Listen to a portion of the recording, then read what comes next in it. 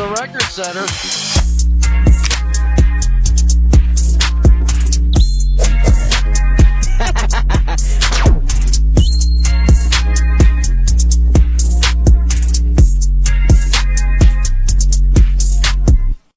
going on? Welcome back to another episode of the Crown School Podcast. It's your host, Kel. It's your boy Johnny Boy. Man, what's going on with you today? Seem a little extra happy or something. Hey man, I'm alive. I mean, gotta be happy. You gotta be happy. Hey, the weather clearing up a little bit. Like we just got out, Really? bro. I swear, I just seen it. The news was that we just broke a record that stood since 1899 of like a streak of below freezing.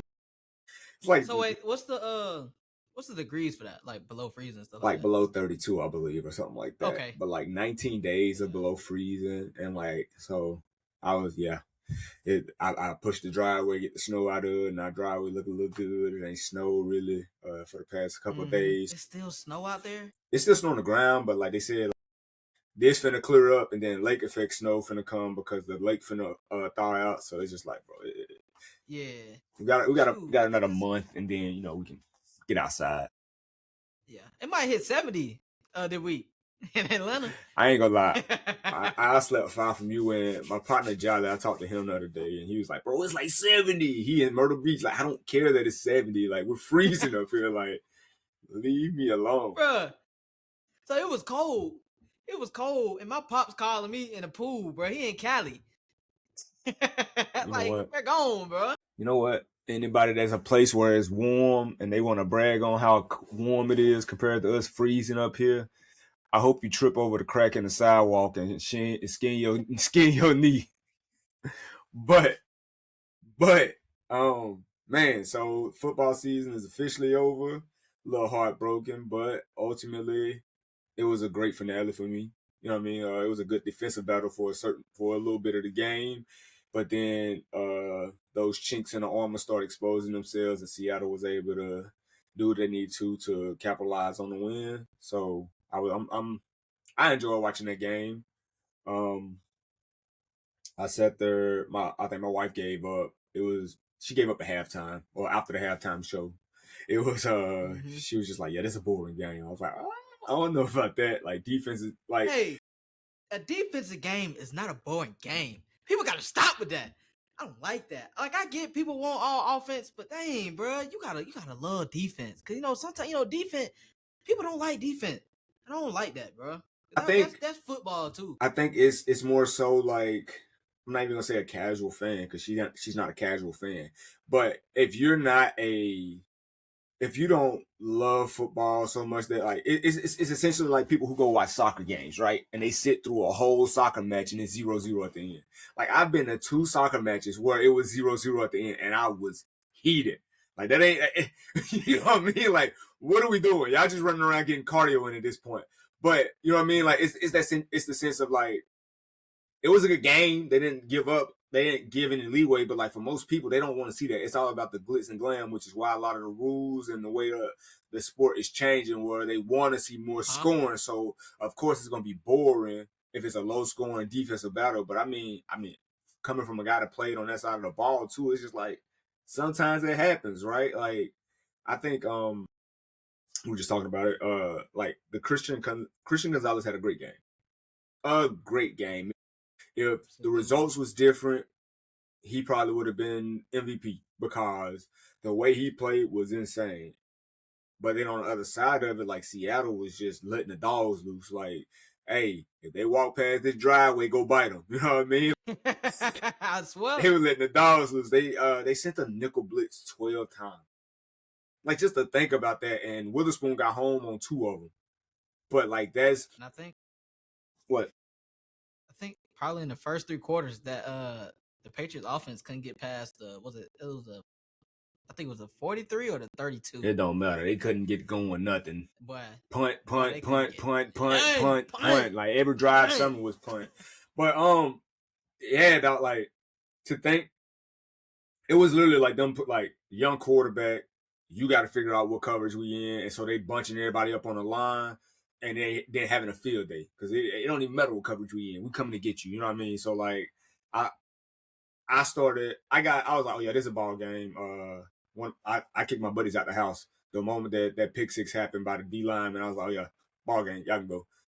Like, y'all can go. Like, yeah, man, I'm gonna start cleaning up. I just want to watch. I just want to watch the post game by myself, clean up the house, and at this point, you know what I mean. But it was one of those things. Where I was like, bro, they really like. It was one team, one identity. Like the offense, it was some plays where I thought, oh, this it right here. Sam Darnold to make this play, you know, and Christian Gonzalez made a play, or it was a couple of late reads where the ball got there a little late, which allowed Christian Gonzalez to make a couple plays. But ultimately, like Kenneth Walker being able to just like carry the load, get the run game going, and allow for them to be able to make the plays they needed to get like it started out. I was like, it might be one of them games because he threw a couple out routes and them DBs jumped them. I said, man, these boys ain't playing. But then like it just he got into his groove once the run game started opening up. And Kenneth Walker was so patient. That boy he was sitting right there like, what was that? Where's that? All right, I'm out of here. And I was like, man, like, and we were just watching. I was like, this is one of those things where I enjoyed it. I enjoyed it from start to end. The stat line, Sam Darnold was 19 for 38, 202 yards and 1 touchdown, and only sacked 1 time. Even in all that pressure, he was able to deliver the ball and make some good reads, make some good throws, which is what we talked about, that if it is a defensive battle, I think Sam Darnold could make the right reads and the right plays that would get them to win. Man, but then on the other side of it, Drake May got tied with the sack record in the Super Bowl with 6 of them. Lost the fumble, threw 2 picks. But my mom, she come out the room, she said, the quarterback for New England, he threw for more yards than the winning quarterback. I was like, that's garbage yards. That really don't count. You know what I mean? Like he wasn't doing. He threw for 295, but it wasn't a valuable 295. It happened when the game was already a done deal, right? Like it was Seattle was like, we're not letting you like get it. I mean, like Bro had like 48 yards at half, man. Was it? It was bad. It was bad. Yeah. You asked about Cam's comments about him averaging 51 a QBR 51 through the postseason. That game, his QBR was 16.3.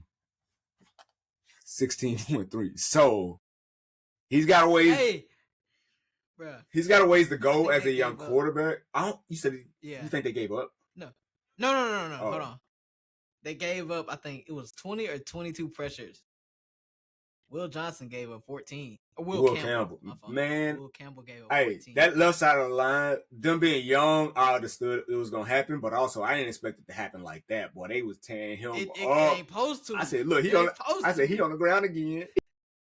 They were tearing him up. But, yeah. It was, I enjoyed it. And not even to get distracted, not even to, like, go into it. I told my wife, I said, I didn't understand nothing they said in the halftime show. It was a good halftime show. But I ain't understand a word of it. But I enjoyed it. It was like I enjoyed it from start to end. It was one of those. It was like I said, Seattle vindicated. They got that chance to recover from their heartbreak when they lost to the Patriots. 10 years ago, 11 years ago. You know what I mean? So it was they trusted the running game this time and let them just. Somebody said they should. It was like 4th and 4, 4th and 3, and it was like they should go for it. Like they already won a game. I was like, that's dumb. Then you practically are reliving the situation. Like we were sitting in the house, somebody said it. It was like, I think they should just go for it just because. But they were up by. It was after New England scored their first touchdown. He was like, I had to go for it just because. I was like, then what happens when they don't get it? Now it's a repeat of 4th and 1 or whatever the situation was where you could have ran it, got the touchdown with Marshawn, but they threw the ball. Like you just gave them the momentum because if they don't get this first down, now they just scored and they scored 2 touchdowns. So like it's just one of those situations where it's like you playing a dumb game if you do that. So like just take the field goal. The kicker been doing great. So right. Hey, did you see the commercial after the Seahawks won? Which one? You need to watch it. It's with Marshawn Lynch. It's him sipping on something, talking about revenge. Bro, the commercial was fire. I ain't gonna lie. I'll go watch it. Nah, I watched all of them, bro. I ain't gonna lie. The one that made me the maddest was like the crypto commercial. It was a karaoke commercial. Like everybody, I was just like, what am I watching? It literally was a blue screen. The words was literally going over it like it was like a legit karaoke song. I was like, bro, they put a karaoke song in the Super Bowl commercial. That's all they did. Like, put the karaoke set up. For real. the best commercial was the Budweiser commercial, the horse and the dang on eagle. So I thought that was the best one. My wife, she was putting our baby to bed, so she missed it. I told her about it. Ended up putting it up on YouTube for her to watch. Her mom texted us like, "Yeah, this was the best one." So it's just one of those like some commercials you live for. I think the quality of the commercials have gone down since it was like, Absolutely. bro, with the Doritos commercials. I was just finna say that. You don't touch my mama, and you don't touch my Doritos. You look like that little kid, actually, boy. Watch out, boy. Watch out. Nah, yeah, the quality of commercials went down for sure. But I mean, ultimately, like, it is what it is. Uber Eats, DoorDash, all of them taking over now, so you gonna get what you're gonna get, and it is what it is. But I didn't try to get into like the sideshow of it. What was your biggest highlight, I guess, of the Super Bowl? The biggest highlight. Probably there was a play that Sam Darnold had where they sent probably 6 or 7 guys, and he broke off a tackle, and he threw. I think he threw it for first down, and I mean, the pressures that he just handled the whole game was Yeah, just the highlight. I didn't. Yeah, I didn't. I think one thing that got me was they made a comment about like I think it was they said something about like the greatest scrambling quarterback in this situation or a good scrambling quarterback in this like certain situation when they were talking about Drake. Man, I was like, now they just Lamar Jackson ain't in it, this, that, and the third. Now they just making comments that come on, what we talking about? Like we know who the greatest scrambler in the league is right now. Don't even try that. But nah, Sam Darnold, dog, he was so poised. Just like evading sacks, breaking sacks. I was like, man. Come on, man. Yeah, this is supposed to be his day. Like the running game too good. They trying to get hands on him and he ain't panicking. He getting up out of them things. I think that touchdown throw to AJ Barner was probably my favorite play of the game. Not obviously the only offensive touchdown, but it was one of those situations where it's like he was patient. He snuck out the backside of it. Sam Darnold like letting the play develop, didn't panic with pressure in his face and getting it off. I was like, yeah, this is game. This is game. I want to say that was a play action. It was outside zone run action. Yeah, I think so. Yeah, they've been getting killed with that a lot. It was I was pleased watching the game from start to end. I don't think it was ever like I never thought, oh, it's a boring game. I never thought like what are we watching? What are they doing? Like everything how it played out was exactly how I anticipated or expected to play out. Again, like I said, young quarterback versus Matt Stafford, right? That's what I was anticipating, whether it be Bo Nix or Drake May versus if the Rams had made it. It just so happened Seahawks made it and they destroyed the young quarterback in the Super Bowl. It's just one of those things where it's like, I don't know, man. It was a good game. It was a good turnout. I think Sam Darnold proved himself. I was listening to talks about like I was watching First Take, listening to Get Up, just like hearing how they talked about Sam Darnold afterwards, and somebody was making a point like you ain't gonna elevate him to being a top 10 quarterback because he did what he was supposed to do in that situation. Some people tried to knock him, saying you could put anybody in that system with that Seahawks team and defense, and they would have won the bowl. But it also like no, anybody wouldn't have. Like it was poised for Sam Darnold to do that. Like it was his redemption, right? Like going through the turmoil he did, his career looked the way it looked. Like it was his Cinderella story, and it played out the way it should have played out. So like I was satisfied with it, but I think I did listen to it, and I wouldn't say he's a top 10 quarterback. It doesn't elevate him to top 10 quarterback, but it does elevate him to. Well, I don't know. I don't think we said he would be considered like an elite quarterback, but it elevated him to another level of quarterback play in the league compared to what's going on around him. Go ahead. We said it will probably bump out Love or Dak. That's what we said. Yeah. So like, but I was like, because their argument was, would it make him elite? I said we say he goes up to like top 10 or something like that, not elite. Yeah. Because the elites were I don't think it Pat Mahomes, Josh Allen, Lamar, right? Yeah. Okay. But he did something that a lot of quarterbacks that have had the opportunity that have been talking, they've been talking about as the top of the class, like that haven't been able to do it. I think he put himself in the category of Jalen Hurts for sure. Got weapons around him, made smart decisions, got him a ring, right? And he didn't like when all the odds was like stacked against him. Like every time they doubted him, he answered those questions. He showed up and made the plays. And the team that had his number, he made them pay for it. He beat them. He outperformed their MVP quarterback. So like, you can't knock him. You can't doubt him. So now it's like, how does he build on it? Where does he go from here? I'm excited to see what next season looks like. I don't think in this era of football, in this era of competition, I don't think it's gonna be. Oh yeah, they're gonna be coming back to try to repeat or something like that. Like, granted, like that mud hard, it's boy. so hard. That mud hard, boy. But I do think they will be. I do think they will be one of the top 4 teams from the NFC for the foreseeable future now, considering how long they got him on the contract. If they make sure they can keep the organization run smooth, but also like the OC just left and took the head coach job with Las Vegas. So yeah, I'm excited to see how it plays out now. Yeah, man. I don't know. Tell me what you. I don't know. I like them being. I like Seattle being top of the NFC. It's them, the Rams. Obviously, the Eagles gonna stay up there. Yeah, Go ahead. It's probably gonna be the same. I'm not gonna say it's gonna be the same group, but like the same 3 teams, we probably gonna see them again.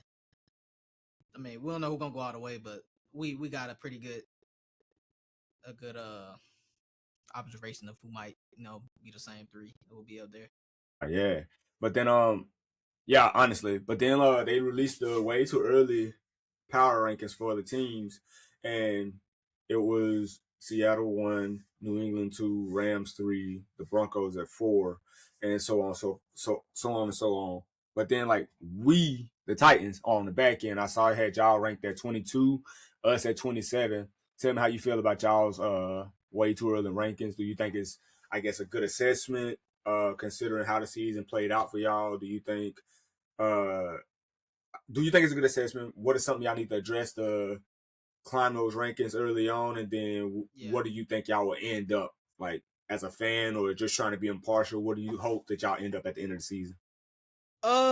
So the assessment, I think 22 is a bit low with how we competed with no pass rush. So of course, saying that brings me to the point of what we need. We need a pass rush. We was in the top. It was probably 30, 32 in pressure rate. So that's you need pressure in this league. I mean, you just seen what happened in the playoffs. They had a bunch of pressure. Maybe I would say we also need a linebacker, a middle linebacker, and a shifty like a slot receiver.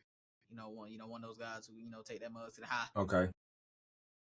And I think what I'm hopeful for this year is to of course make the playoffs again, but not have somebody win or lose for us to make the playoffs. I want us to control our own destiny. I would like for us to have at least 10 to 11 wins. I think we could do that with a good free agency and a good draft. I mean, we won 8 games and we beat teams that we on paper that we weren't supposed to beat. So I mean, I think the foundation was set after that year, and I think we finally got a good culture that we can build around. Okay, I think I hear that. So yeah, so we ranked at 27. They said what we needed really was playmakers. Obviously, having some guys around to help Cam grow and transition into a solid year 2. I think with the hirings that we have at Rob Saleh at head coach, Brian Dayball at the OC, letting go of Denard Wilson as our DC, going to make the right moves in the coaching staff. Hopefully, we bring in the right guys to fill in some gaps. One of the things I saw was like, in the initial interview or his press addresser, Rob Saleh said he wants to play fast and violent, right? And so, like, one of our biggest guys, our star on defense is Big Jeff. They worrying about.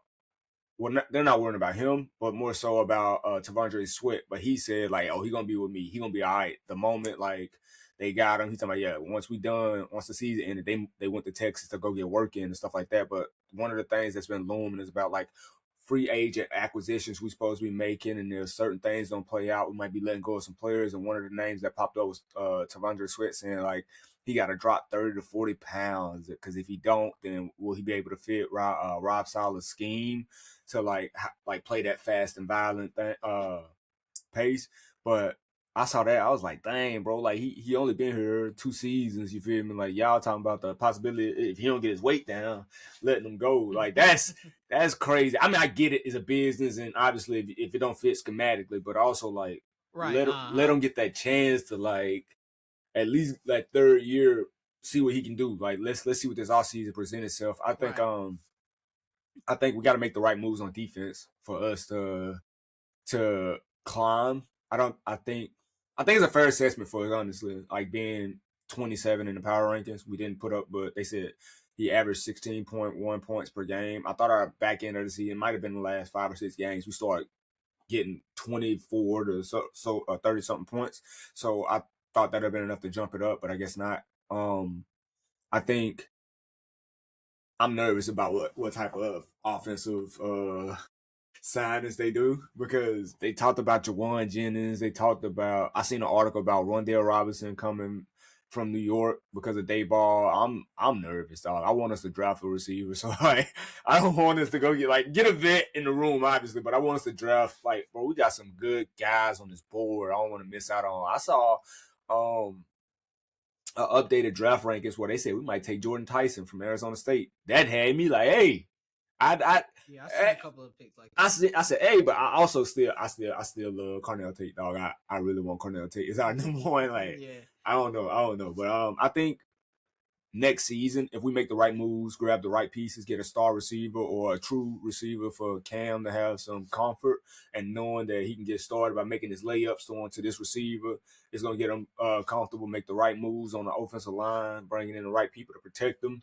I think we could be middle of the pack. I don't expect us to be no 10-win team his second year, but like if we can get 6 to 8 wins next season, like that's the progress that I'm hoping to see, especially if they make the right moves. I think with if they make the right signings and if everything work out smooth on defense, we'll have that defensive identity. And if we can stop stuff on defense, then it gives our offense a little more stress relief and take some pressure off the offense to score as much because we're not letting people score on us. So I'm excited to see what our identity is as a defensive team next year for sure. Yeah, y'all got a good y'all first in salary cap too, so that's another plus. Nah, yeah, I'm excited. I always had this one argument with my brother. He always, bro, don't nobody want to come to Tennessee. Ain't nobody taking that money. We talk about Nashville, right? Yeah, like we talk about millions and millions and millions that you coming to play ball out here is good. A nice city, first of all. I don't think it's. I've been to Nashville a handful of times. It's nice. I don't like really big city vibes, and I'm saying that living in Cleveland, but it is what it is. I like a slower pace of life. Man, hey, it's cold. That's the number one reason why I don't like it up here. But other than that, though, and people can't drive, so I hope whoever comes is they embody what it is to be like a Tennessean and wants to be in Tennessee, but also and that's another selling point because Jawan Jennings is from Tennessee, he played college ball in Tennessee, and so coming back home, if they sign him, that'd be a good vet to have in a room, but also don't let that deter us from going to get a star in this draft too. But I would say if they do sign him in the free agency, then yeah, let's go edge rush first pick, just because we have a vet in the room he's played in 2 Super Bowls. He's made a name for himself in San Fran. He's reliable, so that'll give Cam what he needs, and then still go get a young guy to be opposite side of him, or you know what I mean, to get us another target. But then also we're losing Chico Concord, so we're gonna need another tight end too. So he don't want to come back? They say he might be a free agent or he's leaning towards free agency. So if he does come back, great. Okay. But I think we might lose him just because you see a young guy that is good, people will want to go get him as well. And each time we've had a good tight end, they've left. After they have good seasons, they left. It hurts. Delaney Walker came from San Fran to us and rolled it out until I think he went to the Jets. It didn't pan out that following season. Then he walked away from the game. Jonnu Smith season with us. He pimped out. Uh, Austin Hooper came, had a good season with us. He pimped out. Like it's just like we a tight end stop and go get some stats and then get up out of their spot. So it hurts, but I hope he Appreciate stays. y'all. Yeah, I hope he stays. But also if he leaves, having another tight end. But we also got a young tight end too. Had a rookie tight end, so it could. It's neither here nor there. I just hope we get the right weapons around Cam that helps him relax a little bit too. But yeah, I think. How's your O-line? I mean, we'll probably JC Latham graded out pretty well for the season. I don't know. I don't want to butcher his name. I think it's like Skaronski or something like that. Number 77. Yeah, Skaronski. Okay, yeah. I mean, he's been solid for a young lineman for the first couple of years. And we went and got Cushionberry from the Broncos and paid him some money. I think it was solid. It's decent. I think a healthy old line would be okay, but I mean, like they haven't been like. I mean, obviously, like the pressures in Cam's face, we ain't been able to score. We ain't able to do nothing. But our run game is actually solid once they get that going. So it's just letting the pass game develop. So I don't know. I'll keep it Tony. We got one more year with him. So we might go. I seen something about them possibly targeting Breece Hall because he was with Rob Saleh in New York. So a possibility of getting him. Just getting us. I'm gonna trust the process. I'm gonna be a fan and sit back and hope they make the right moves. And if they don't, I'm just gonna be a angry fan for another couple years. Hey, I swear, man, I start wearing my jersey sometimes. I just be like, man, if we win it, I try to go like because I drive 30 minutes to church. So then I get home, we playing and we win. And I go put the jersey on. We start losing. Man, see. Bro, it's the worst feeling ever. Boy, I be so mad. I said, I got just, but don't get me wrong, because I got the Oilers look jersey for Cam Ward. I got the white jersey for Big Jeff. I still got my navy Derrick Henry jersey, and I got my light blue, the original light blue jersey, but it's a Dory Jackson jersey. So I need to get a new one. Jackson, man, hey, USC, boy. I like him coming out of college. Liability when he got to the league, though. He ain't been good for us the entire time he was there, man. And then I don't know, because I can't say we like. I think Tennessee is like certain positions. It's like a purgatory. They come to us and they just ain't good, dog. Like, Malcolm Butler was the best corner that we signed. Like that came to us that actually like showed. We drafted Chris Fulton. He wasn't doing anything. He went to Los Angeles, had a good season. We drafted Adoree Jackson. He really ain't do nothing in the league, getting cooked. He went elsewhere. I mean, like, yeah, he was with the Eagles. Is he still in the league? Yeah, he was just with the Eagles this season, but they were picking on him too. You know what I mean? Like, I think it might be his last year. I don't know. But you know what I mean? Like, but Roger McCreary, right? We drafted him. He was solid for us, but he just went to the Rams. We used him we didn't use him. We traded him to the Rams for draft capital. LeJarrette Sneed, got him. It ain't panned out. But yet forgot about him. You see what I mean? Like we DB purgatory. Caleb Farley drafted him. Wait, was he healthy? He was healthy one season. But they paid him like top corner money, and he really ain't did anything. So it's just one of those. Like I had my hopes high with that one, but it ain't panning out. They traded Jarvis Bradley to the Jets for draft capital. Caleb Farley, we drafted him. The dude didn't even play, bro. Got hurt and literally never played. He was there for 3 seasons and barely played. So it's just like I think we just DB purgatory at corner because at safety, Money Hooker doing this thing. We had Kevin Byard for the long. Like when we had both of them, it was lights out. But y'all already had some solid safeties. It was one that I liked there. It was a while back. I think last time was Bird. I think Kevin Byard. Byard. Yeah, he plays for Chicago. He left us and went to the Eagles, and now he plays for Chicago. That's what I'm saying. We had him and Money Hooker, 2 vets on the backside that allowed the corners to be a little more physical and let us do what we had to do. But now it's just like we ain't got both of them. We miss it. You know what I mean? Like it hurts. It hurts. Mm-hmm. Yeah.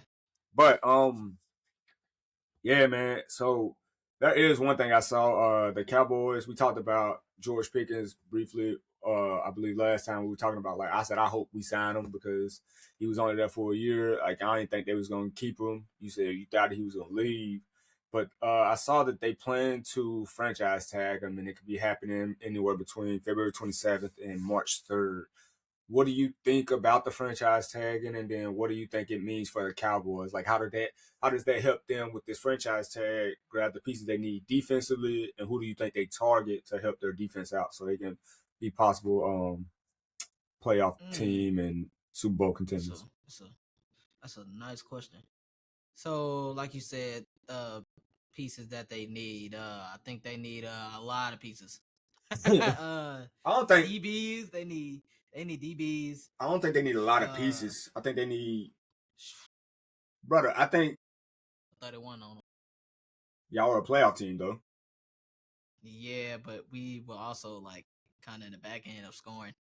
I guess. I think we weren't known to be in the scope, but no, they need I really didn't watch the Cowboys a lot this year. I did. But I do know that they need DBs. I watched them because they definitely need DBs. I watched them because I drafted George Pickens in fantasy league, and hey, boy, that thing paid out.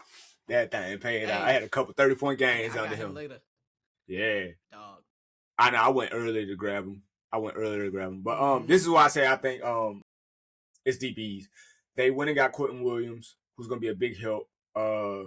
They were injured at the linebacker position, so like now they were healthier on the back end of the season, and like that stretch where they had 5-game win streak or something like that, or they was like trying to make a playoff push, or it was a possibility that they could, but everyone still like if you know they ain't gonna be what it is. It's just their defense was hurt so bad. I think them parting ways with Trayvon Diggs. I think they draft a young DB and then they go get another corner from somebody's roster. I think they'll sign somebody in the offseason. I seen that it's a possibility that Crosby, what's his first name? Max. Okay. I don't want to get him confused with the hockey player. I was about to say Sidney. What team he play for? Sidney Crosby, the Penguins or something like that. Like he's a hockey player, dog. Like, you know what I mean? But no, I seen like it's a possibility that they like what would it look like if they made a play for him? What would they have to give up for him if they wanted him from Las Vegas? So like there are some pieces that's floating around. I seen a possibility of them drafting one of the linebackers from Ohio State, Sonny Styles. If they go edge, that'd be big. If they go edge, it was also a possibility of getting the edge rusher from Auburn. He was like 6'6", 250 or something like that. But they plan on drafting a corner for sure, and they got 2 first-round picks. They're I think number 13, and then I think they're like number 13, and then number 21 in the draft in the first round. Rams got 13. Well, it might be 12. It's one of those picks like right outside of the top 10, and then the second one is like early in the 20s. Rams. I mean, they might go DB as well. But what do you?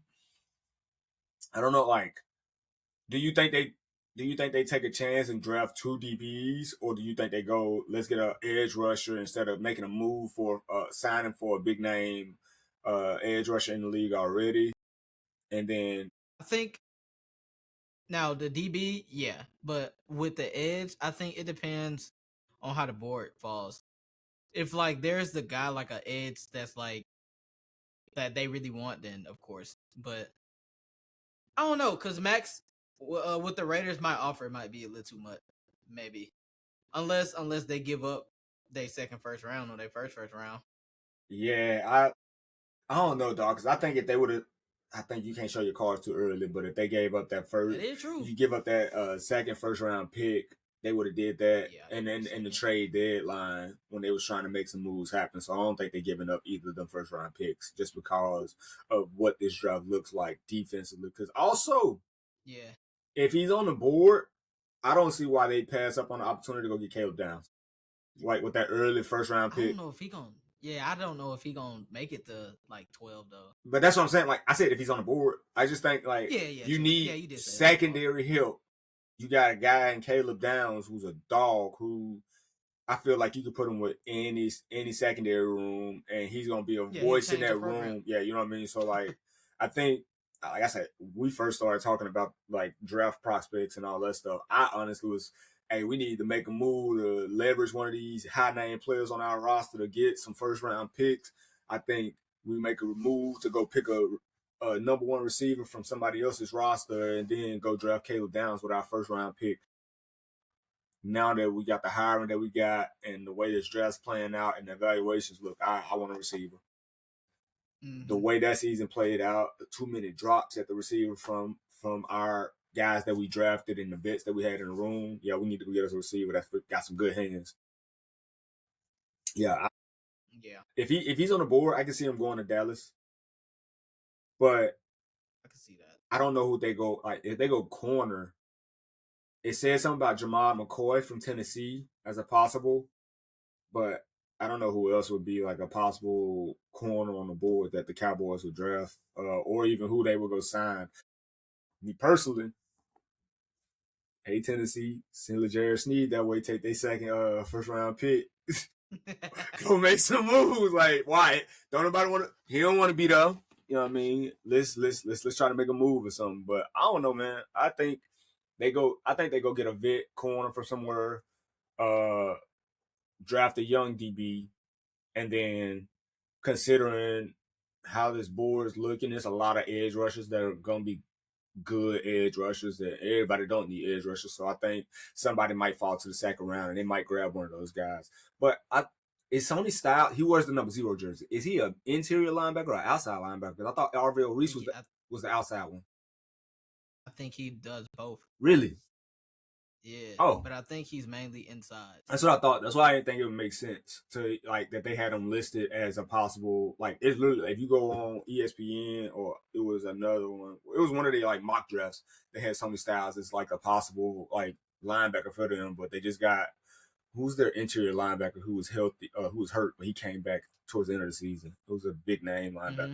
He came back and it started impacting the big time, like helping with the run. Overton, I think. Him. For the Cowboys? Yeah, like Deshaun Overton or something like that. Yeah, I think if they get Sonny, they might use him. How they use Micah his first couple of years. Yeah, then he bounced around. Outside look. Okay, yeah. So I heard that. That's the reason I could see them getting him. I heard that. Yeah, I think yeah. I mean, with that franchise tag though, it sucks because I really wanted George Pickens. Like he did what he needed. Think about it, bro. That 1 year contract to hey, I'm gonna go make me some money. I'm gonna go put on some stats and I can go anywhere I want to.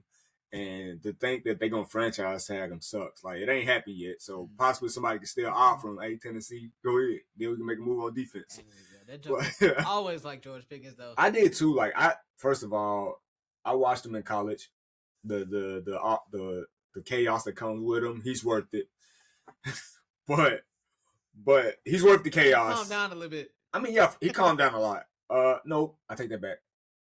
Yeah, he was beating somebody. I think it was last year. Yeah, snatching mouthpieces. He would chill this year. I think. He snatched a couple mouthpieces this year. He died on the pile. Like somebody was. It was a play going to the ground. He jumped up and died on top of him. Like, nah, he ain't calmed down as much. I don't think he got in a fight though. He didn't get in no fights. That's true. But yeah, he was out there still doing George Pickens things. So, but I mean, forget it. The energy, hey, fast and violent. Hey, Tennessee, if they don't franchise them, go get them, man. That way we can go get us somebody on defense. You know what I mean? I think if we was to land like a key, like if not him, but if it's like a big name receiver that is available free agent or when it's time to sign these free agents and stuff like that, I think if we land one of those big receivers, we go defense first, and then we obviously are going edge rush.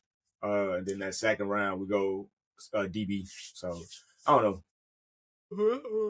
But saying all that, let's get to our favorite part of why we do this podcast. It's on film already. Film review, and player evaluation. So, again, I'm gonna let John take over because he actually has the capabilities of doing all that. I'm just the pretty face that keeps the conversation flowing. So I'm gonna let him take over the actual running the film review. But we definitely watch film on these guys, and I'm gonna be completely honest. I'm gonna let you name off the top of the 5 that we're doing, and then we're gonna say a few points before we actually get into it. Bet. Okay. First dude, Ted Hurst. Yep. Second dude, Skylar Bell. Third dude, Deion Burks. Fourth dude, Kelvin Coleman. Kevin Coleman, Yeah, Jr. Junior. And the fifth dude, I forgot to write his name down. I had Bryce Lance. You have Bryce Lance? I did. Okay, so the fifth guy is gonna Yeah. be Eric Rivers. It's Eric Rivers. All right. Yeah. All right. So the reason we went Eric Rivers over Bryce Lance, his film from this season, we only could find like what a minute and 50 something seconds worth of film. And granted, that's enough film, but also like it wasn't eye popping. It wasn't. But yeah, we need to review him. But also, like they predicted, he might be fourth round off the board, whereas Eric Rivers is going to be a day 2 receiver, probably day 3. He's a better. His tape looks better. His tape's way better. We want y'all to see some. We want y'all to see some good tape.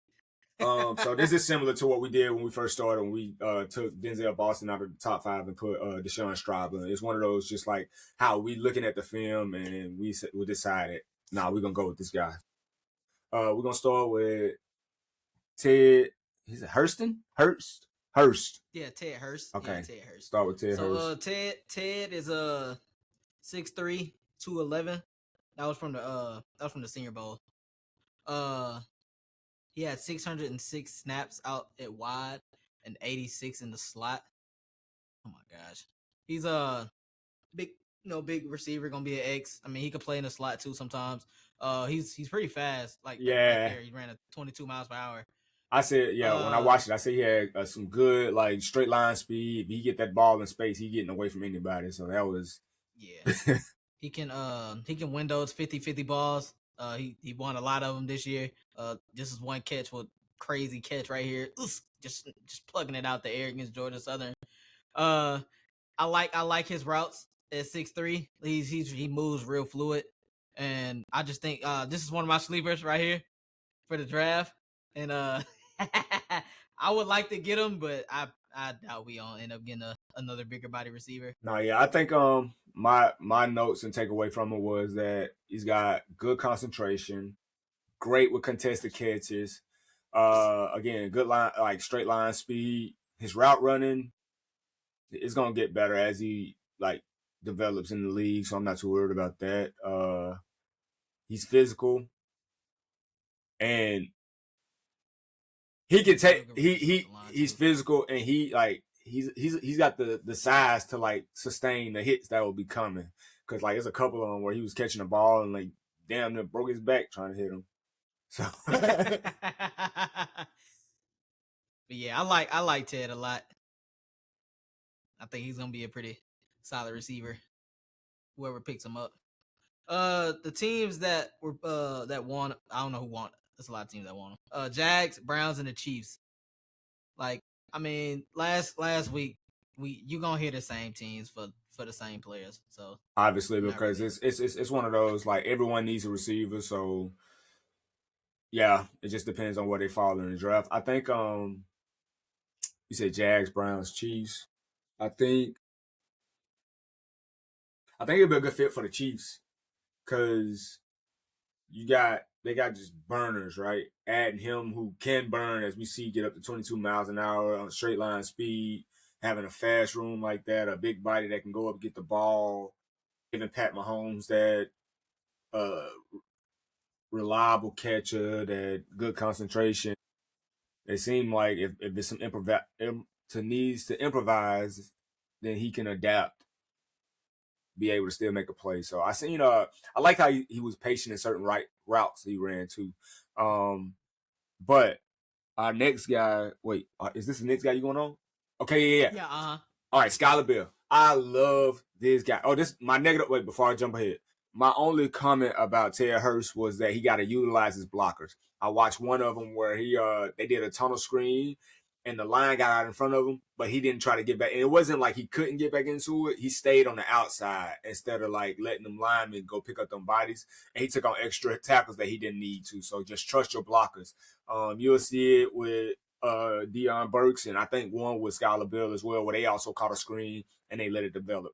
With this kid though, I'm gonna let you say his size and measurables and stuff too, but I liked his patience. He gets lost in the route tree where if it takes some time to let it develop, he's patient and lets the route develop and it gets lost in like coverage. He's diligent in his route running, but fast. Yeah, real A twitchy. tightrope walker because one of them he caught on the sideline, broke a tackle, and tightrope that thing and got out. I like his game. I like his game. Yeah. So Skyler, he has 436 snaps out wide and 224 in the slot. He is 6 foot even, 185 pounds. That's a prototypical receiver body type. He gonna put a little weight on for sure. I know a lot of people actually wanted him to win the Biletnikoff. Yeah. But you know how that be when the player goes to a smaller school and have like yards like this and catches. Same thing happened to my boy from San Jose State.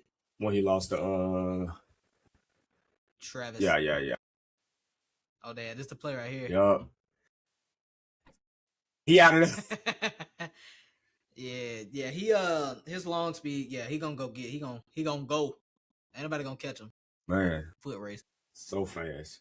But I think it's gonna be another trips formation where he's literally sitting there letting it develop and like he just gets lost in the zone coverage. I think it might be the next one. Or they might be in nope. He'll be at the bottom of the screen when it happens. That's a good catch. Yeah. Got great concentration. Good when it comes to fighting for the ball. Yeah, this is a dude you can put in multiple spots as well.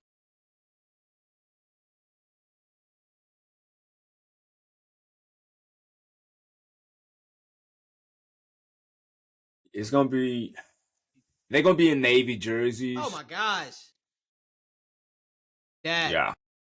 Give me that. Yeah.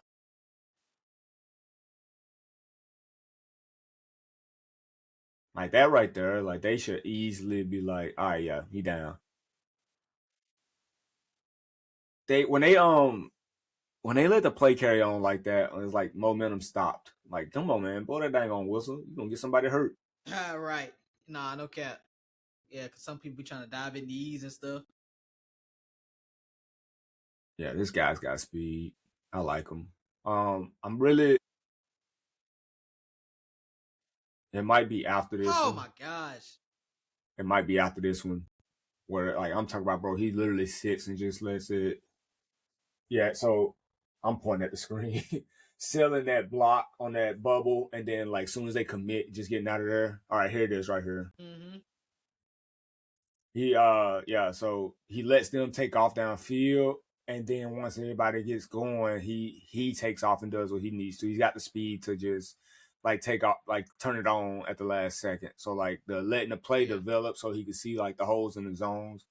He's gonna be a good like he can play slot, he can play outside, but it's gonna be hard for a lot of teams, especially with the chaos of the league. He's got the speed to obviously get in and out of routes, especially on short game. But when it's like those routes downfield and people get to looking left, looking right and stuff, that's where he gonna make it work. Remember how Dez Bryant used to run his routes, and the moment that the cornerback tried to go look for him, he was always gone. Oh, yeah. That's what I feel like he's got a good like read of like when the DB go looking, I'm gonna make my move. You know what I mean? So yeah. Yeah, he's gonna be a hopefully. What was his projected or top threes?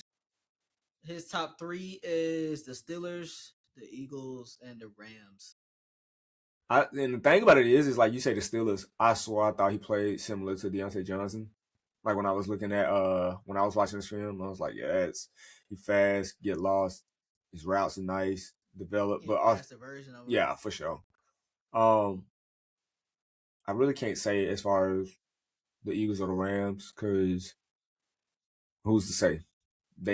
I mean, obviously he's a later pick. But if he goes to them, it's gonna be a later pick in the draft. So if Skyler goes to the Eagles, then he'll be replacing Dotson. Yeah, because he's not taking of course wide receiver 1 and 2. So. Yeah. But I think I mean he could potentially be a 2 at the Steelers. I mean, yeah, I think depending on who they go and get with this with that pick, anybody's gonna be the 2. Like if it's a good receiver, it's gonna be the 2 automatically because you got DK. Yeah, and I don't think they don't have a solid 2. Yeah, so it is what it is.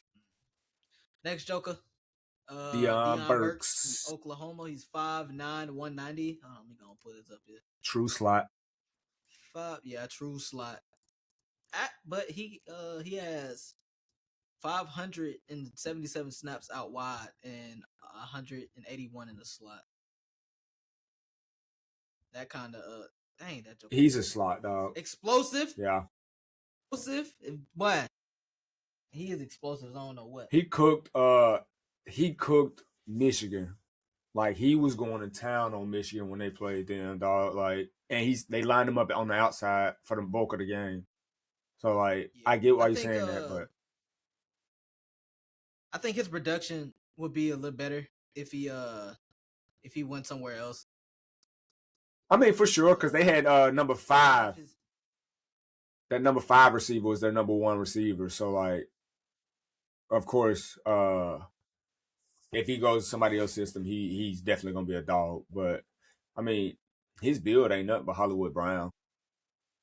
Yeah, literally.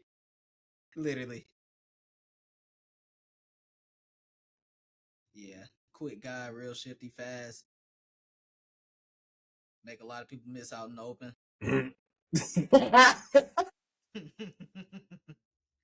So yeah, I think he gonna be solid in it. Like his type of build and how he played, he'll be a solid player. Yeah, I think if he goes into the right system. Yeah, I mean, he's essentially depends. He can be used the same way they use Zay Flowers, but I mean his build and him being at Oklahoma, I say Hollywood Brown because that's literally what he played at. They wore dang near the same number. I think Hollywood wore 5. He's wearing 4. You know what I mean? So that's where that comes from. But he'll be used the same way as Zay was, and his film looks similar to Zay film when he was at Boston College. So, but yeah, really, honestly, just that prototype, the small slot, shifty guy. Yeah. I think he's better than you remember the dude that we watched from Clemson? Yeah. Yeah. A Tyler Lockett 2.0. Get down. Yeah. His teams was the Patriots, the Chiefs, and the Bills. Patriots, the Chiefs, and the Bills. The Bills or the Bills or the Patriots for sure. I don't know about the Chiefs because they already got 3 of them. I mean, the Bills, they got Shakir, so I mean that's fine. Yeah, but I feel like the Patriots don't have him. You don't think the Patriots gonna get him? No, I'm saying like I think they don't have him. Oh, I hear that. I get that. The Bills already have that player. I don't think so. I don't think the Bills do because I think he does stuff that Shakir doesn't, and yeah, they might be same stature, but I think they use Shakir more around the line or like with screens, the dig routes, the slants and stuff like that. But this guy can be that burner because you got Keon Coleman as the big body who hopefully he grows into being a dog considering what we talked about before. Like he ain't gonna never let nobody talk about him that way again. But you know what I mean? So like 3 different level receivers and then obviously they went and made some moves grabbing off season acquisitions and free agents and stuff already. So I think bringing him in a lighter spark. But they also have I don't know if they cut him, but they had KJ Hamler too, so they already got that build in the room too. So I don't know. Mm-hmm. So yeah, I just think. Well, of course, I think the Patriots will be the best fit for him out of those 3. Though I think. Yeah, I hear you. This is another thing too. They had an opportunity to go get Jalen Waddle, which would have been similar to that. So I think if they like, obviously, Jalen Waddle and Shakir ain't the same. So I don't think they'd pass up on the opportunity of getting him if they couldn't get Jalen Waddle when they had the opportunity. So we'll see. Yeah. I know the Bills are going to get a receiver this draft, so we'll see who they grab. Mm-hmm. It'll be interesting. For sure. Did I say his weight? You said he was 5'9", 185 or 190? Yeah, 190. Next guy, Kevin Coleman from Missouri. This kid, he's fast off the line. I felt like they didn't use him. I felt like they didn't use him to the fullest of his capabilities because all you really saw was him running curl routes or flat routes. It was like as this is a crosser. Oh my gosh. It really wasn't. Like, They didn't let him take the top off. He's got speed, and it's one of those things yeah, where right. I don't know. Yeah, he could be your down the field deep threat, but I mean he also can run routes too. Yeah, it's not like he's not no route. No, I'm not saying that at all. I'm saying they didn't use him to the Yeah. fullest of his capabilities. No, facts. Yeah, facts. Because I watched this film, and then I also went and watched him at I think he was the one that was at Mississippi State, because it was like 3 different Karen Coleman Juniors that popped up when I was looking them up. So it was one that was at Louisville at one point.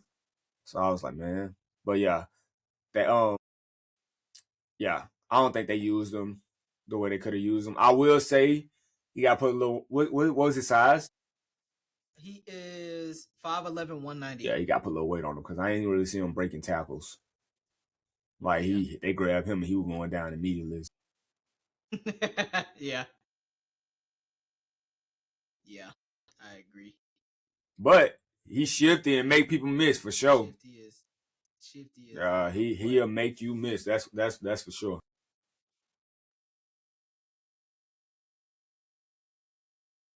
And then also like some pretty good contested catches. Too. Yeah, I was about to say that, but also like it depends on the quarterback that's throwing to him. Because that right there, I ain't gonna lie, I've seen some people try to make a catch like that, or they getting hit and they letting that thing go. And the fact that he holding on through contact is a big deal. Like it was one play where he caught it and could have got the first down, but then he like went essentially spent around and ended up being a yard short. I was like, bro, you got to be smarter than that. I don't know who it is. Oh, well, yeah, that was all. Okay. What was his? That mug switched so quick, boy. What was his 3 teams? His 3 teams was the Patriots, the Falcons, and the Browns. You know, Patriots and the Browns. You know, they be trying to steal everybody. Yeah. If the Patriots don't get Deion Burks, then I think Kevin Coleman would be a good fit for him. I don't see it in Atlanta. I'm not sure about the like. What's do you know if Darnell Mooney is coming up on free agency or if they still keeping him? I think he's staying. Yeah, they're not. I think he's staying. I think he got like a 3-year deal. Yeah, I don't think they're going to get him. If you got Darnell Mooney in the room, I don't know what. It's somebody the dude we talking after. The dude talking after. Yeah, Eric. Oh, okay. Yeah, it was something I seen. Go ahead. Oh, okay. Next dude is Eric Rivers from Georgia Tech. He is 5'11", 185. Yeah, I like his routes too. He can create separation, real good separation. He's fast, twitchy, can give you that first down when you really need it. Now, I remember watching the first game of the season, and they were up in Colorado, and they had they put him at return man, but because they had a number 3 on defense. Oh my gosh, that's a whip route. Yeah, you could. They put him on defense. They put him in to return the punt, but because they had a number 3 on defense, they had to give him a super big number 43 jersey.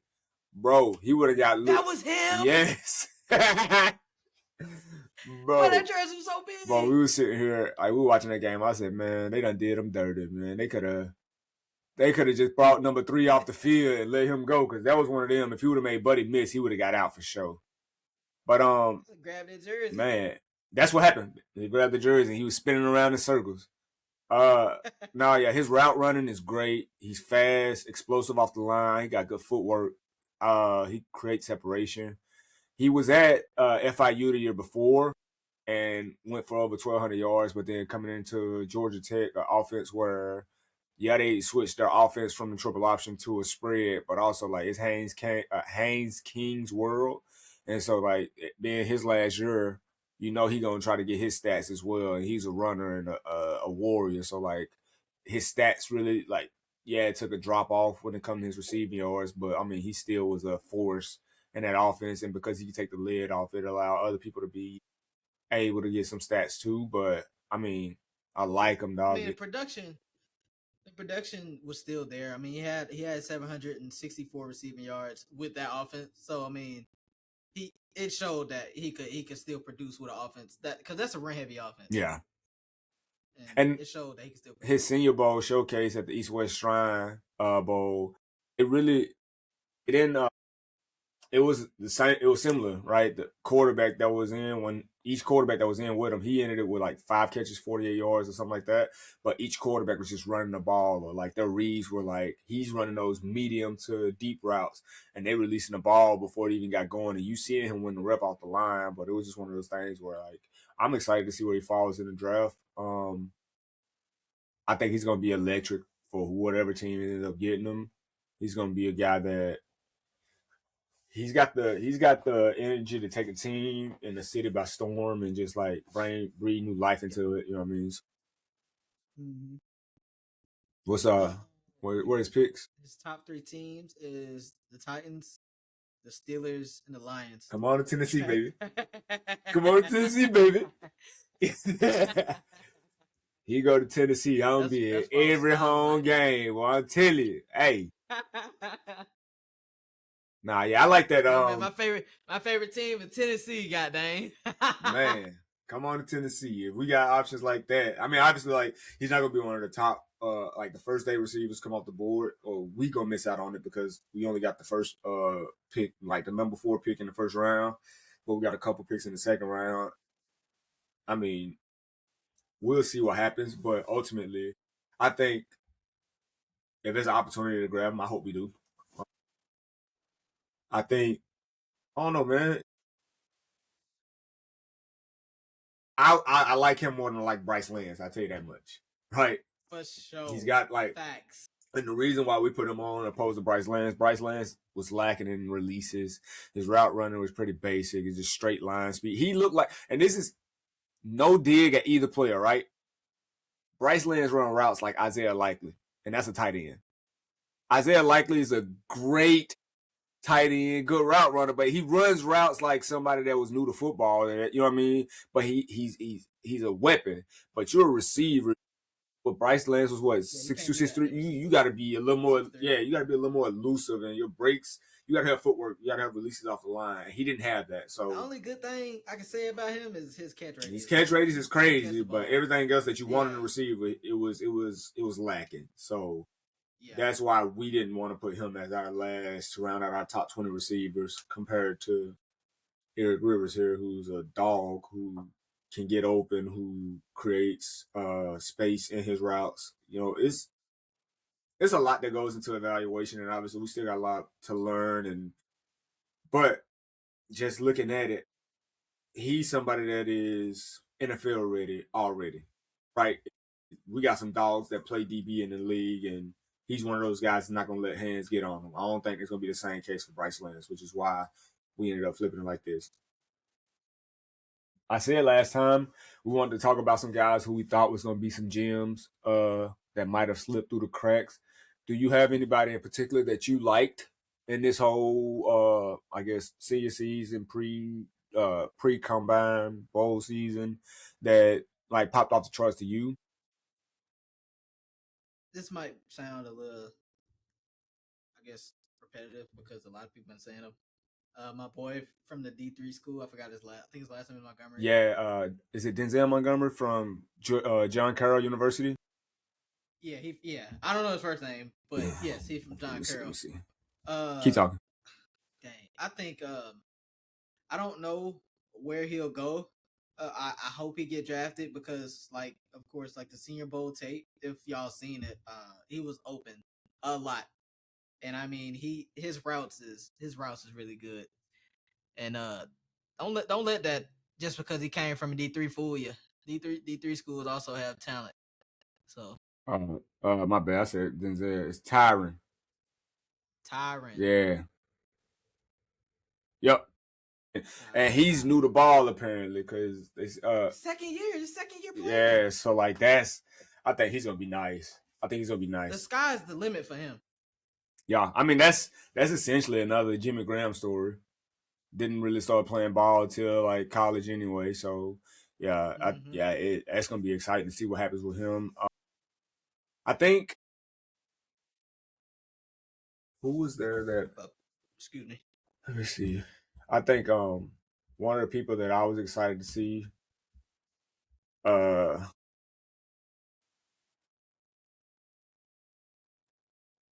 you keep talking. I don't know dog.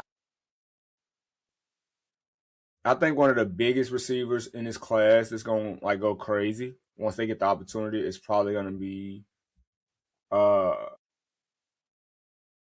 it was somebody we talked about, but they weren't ranked that high. I'm trying to find. Strablin? I think yeah. You would have known Strablin. I mean I talked about him. I like him a lot. I think what jersey number did he wear? Is this him? Eric, it actually did on NFLDraftBuzz.com. He rounded out the top 20 at number 22, so we weren't really that far off. CJ Daniels, the wide receiver from Miami, number I think he's number 7. For what school? What's his jersey number? Yeah, okay, yeah. CJ Daniels from Miami. Another one of my favorites. He was Malachi Fields, the guy that made the game-winning catch. Oh yeah, he made the game-winning. Yeah. I haven't really heard much about him. I think he's gonna be a steal in the draft. I'm gonna say I want weapons. I don't care. So if don't nobody take him, I hope Tennessee take him. Yeah, he's nice. He made the plays when they mattered most. We talked about him briefly in the playoffs. I think he's going to be an insane weapon for whoever ends up taking him. I think he's going to be the diamond that slips through everyone's cracks and ends up paying out the biggest. I like him, and I like Strablin as my 2 steals of the draft. Yeah. And who we haven't talked about is the Becker kid from Indiana. Becker, that name sounds familiar. Yeah, my dog. Yeah, I think it was number 80. Yeah, he's gonna be a nice addition to whoever takes him. I think the model of going to get these 24, 25-year-old seniors with the NIL helping getting championship teams, but like ultimately, like as a polished receiver, like I think his story was he went and got his degree and then went and played ball. So like, if I'm not mistaken, he might have been the one that went to Harvard, and then like they brought him in afterwards. Yeah, it was. Yeah, he got a degree from an Ivy League school, played ball at the Ivy League school, and then ended up going to Indiana. So like, but he's gonna be a sleeper pick too. Whoever gets him is gonna be that's a good pick for anybody. So them my 3 who I think will be some gems that aren't really getting talked about a lot on the draft board. Yeah. So I said Ted, Malachi Fields from Notre Dame, and of course Tyree Montgomery. Yeah. Yeah, I think I'm excited. So like I said before, the next one we can click out of this too because we're done with that. Like I said before, we're getting ready to transition to the next group, the next position group, which would be DBs. The next episode, we're definitely gonna start out with the top 10, the top 5 wide receiver draft classes over the last 30 years. So I'm excited about that. It takes a lot when it comes to doing the research. So we'll try to make sure it's spot on before we just spit one out. I bet I spent probably 3 or 4 hours working on my quarterback draft class last time when I built that one. Just going back to 30 years, there's a lot of names, a lot of receivers. So it's definitely going to be like, it was an average of like, I want to say the average is probably 30, 31 receivers per class every year. Yeah. So like in the bottom I saw was 24, the highs I saw was like 37, 38. So like it's going take some weed and to look through all these names, figuring out what accolades they got, who had deep classes, and what those classes went on to do. Because like even the 2025 class, like just the name of receivers they had and how many rookies actually was like playing a crucial role on their teams, or like we talked about the second year quarterbacks, what role they played on their teams. I'm excited about it. What you got for me before I get us up out of here, though? I ain't got nothing to say. You ain't got nothing to say? Got nothing to say. You know, like, so I grew up in the hood. And so it's always like, in every hood, there's always a little bad kid. Every little bad kid. Bro. You gotta take that hoodie off your head, dog. You look like a little... I ain't taking off my head, bro. I need a haircut, bro. You look like somebody bad nephew looking like you finna go get into something you ain't got no business doing. Goddamn, man. That, you look like you just got your silver teeth taken out, man. No, bro, I need a cut. Nah, I heard it. I'm just joking. Nah, but thanks for tuning in with us for another episode, man. This been the Crown School Podcast. I'm your host, Kel. He really don't know how to dance. I don't know what this and this and all that. You know what I mean? But it's cool. Dancing person, bro. It's fine. Understood. You from Georgia. You know y'all. But hey, man, just keep on locking in with us. Keep on cramming, and I hope y'all have a good week ahead of you. And tune in with us next week, man. Yes, sir.